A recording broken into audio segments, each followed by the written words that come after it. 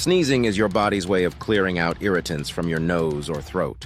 When something like dust, pollen, or pepper tickles the inside of your nose, special nerve endings send a signal to your brain's sneeze center. In response, your body takes a deep breath, your throat muscles tighten, and boom! Air blasts out through your nose and mouth at up to 100 miles per hour. It's a powerful reflex designed to protect your lungs and keep your airways clean. So next time you sneeze, remember, your body's just doing a little housekeeping.